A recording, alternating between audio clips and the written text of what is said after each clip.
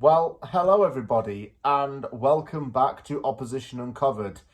I am set to go on holiday for around a week. If you stay tuned to my channel, you're going to find out where I'm going because I am going to be vlogging the whole thing and showing you what I experienced, but I'm very excited for it. It's been something that I've been looking forward to for a long time. It's been around 3 years in the works of going to this destination in particular, and I'm looking forward to it, like I say. Yeah, just very happy to go.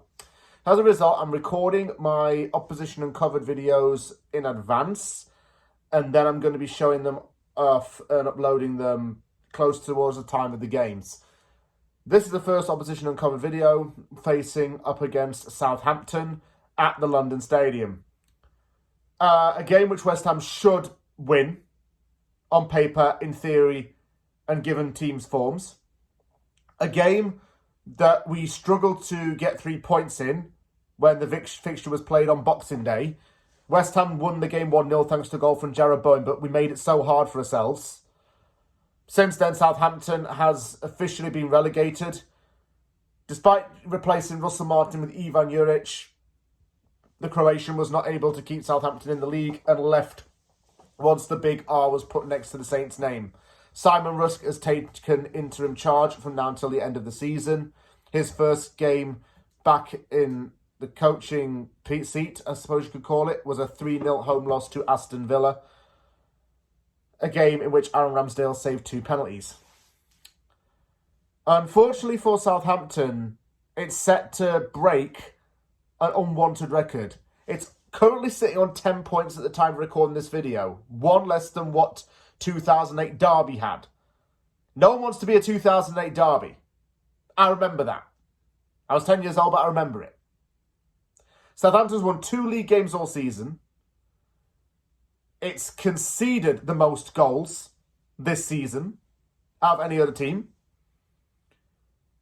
It's lacking in a lot of front. And you know what the really bad part of Southampton is? It doesn't have horrific players. There are maybe a handful of players that I would sign if I were West Ham manager. Mainly Taylor Harwood-Bellis and Tyler Dibbling, but the latter's linked with moves to big European clubs and he might have a £60 million release clause or something like that. Aaron Ramsdale is someone I definitely do not want at West Ham. He's had 3 he's had 3 relegations as a goalkeeper with 3 different clubs. And I don't rate him as highly as what people think. Kyle Walker-Peters is the likely option to come to West Ham. Because he can play in both fullback positions. And even lonely midfielder Leslie Ugachukwu, I think that's how you pronounce his name, he's been excellent for them. He's been one positive in a negative season. If Chelsea's not insisting on playing him next season, bring him to West Ham. Because he played well for Southampton. And Flynn Downs obviously left to join Southampton from West Ham on a permanent basis. And now Flynn's set to play the Championship once again. Well, he is going to. More like.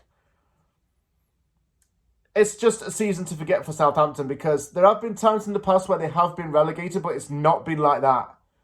Not been with such shame.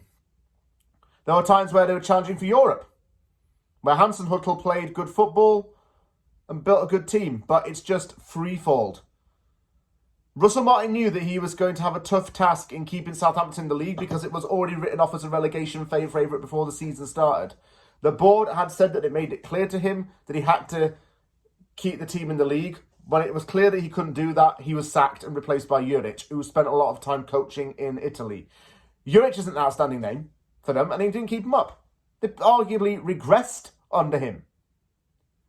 They're not good at all. And they're down now, so the genie's out of the bottle in that sense. Let's talk about West Ham, though. Could you really afford to make changes if you were Graham Potter? Yeah, you could. You could give Guilherme a start against a lesser opposition. You can definitely put Ollie Scholes in against this lot. You can put Nicholas Füllkrug, start him, in this game. What else could you do? You could probably mix the midfield up a little bit. You could probably put Thomas Souček in there. You could probably start Colosella in there and take James Ward-Prowse out because I'm now starting not to like him. Yeah, I've had my head turned on that matter. and just win. That's all. If we beat Southampton, okay, and Ipswich and Leicester lose, we're safe. We're officially safe. And we can have a chilled out remainder of the rest of the season. So, just beat Southampton. I'll be on the plane going to the destination. Pray to the Lord that they've got Wi-Fi on that plane and it's got a good connection because I want to watch it. Because last time I was on a plane and I watched West Ham, I was coming back to Vancouver and they lost to City. Yeah. That's $10 I'll never get back. So make the money worthwhile, West Ham. If they've got Wi-Fi, that is.